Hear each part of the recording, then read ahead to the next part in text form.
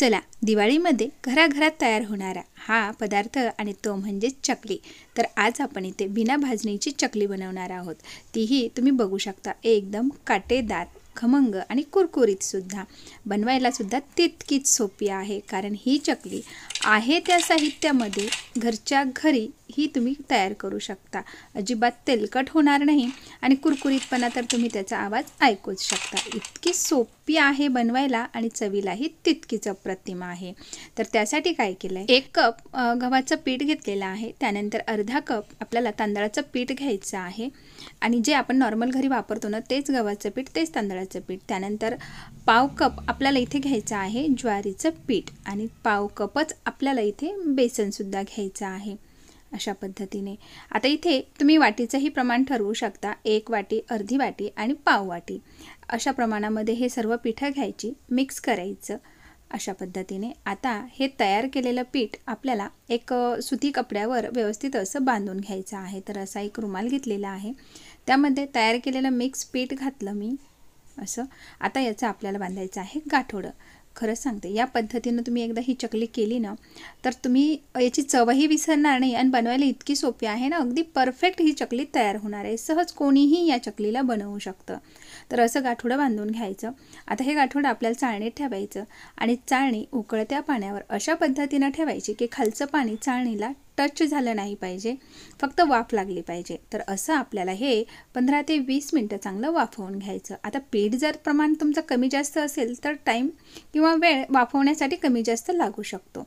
वाफवल्यानंतर मस्त त्याला थंड करून घ्यायचं. थंड झाल्यानंतर पिठाचा गोळा असा सोडून घ्यायचा. तुम्ही बघू शकता, मस्त घट्ट असं पीठ इथे आपलं हे छान वाफवलं गेलेलं आहे. तर आता आपण त्याचे असे तुकडे करून घेऊया. सहज तोडता येतात ते. जर नाहीच तोडता आले तर एखाद्या कुटण्यानं किंवा खलबत्त्यामध्ये टाकून तुम्ही याला कुटून घेऊ शकता.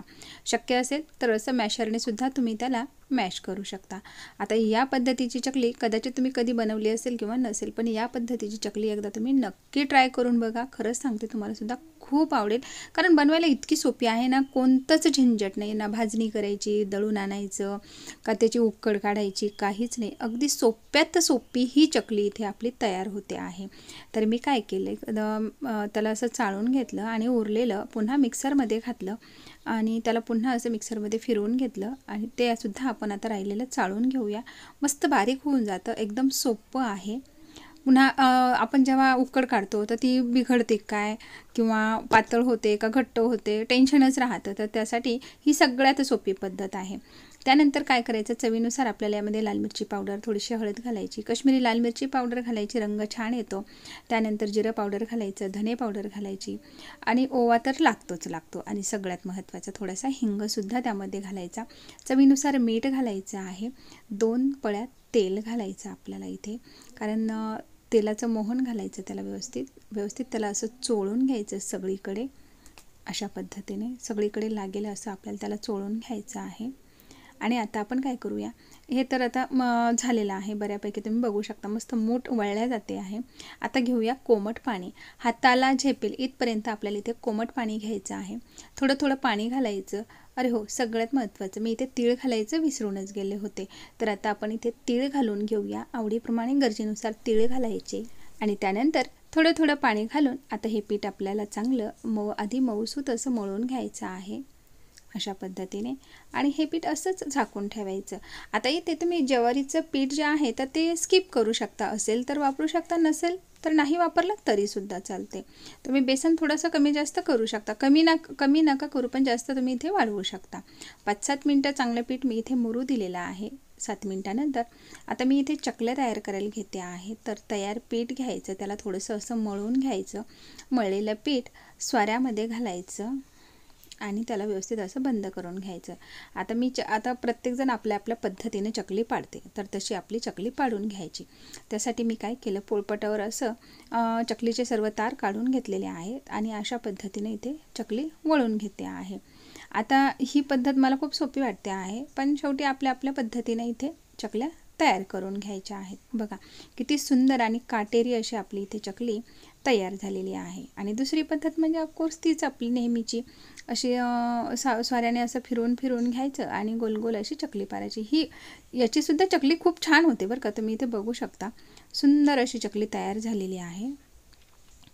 तर तुम्ही एकदा नक्की ट्राय करा अशा पद्धतीची. खरंच ना किती सोपी आहे त्या साहित्यामध्ये कसलंही टेन्शन नाही आणि चकलीसुद्धा परफेक्ट तयार होते. अजून काय पाहिजे. मस्त अशी चकली आपली तयार झालेली आहे. मी इकडे तेलसुद्धा गरम करायला ठेवलेलं आहे.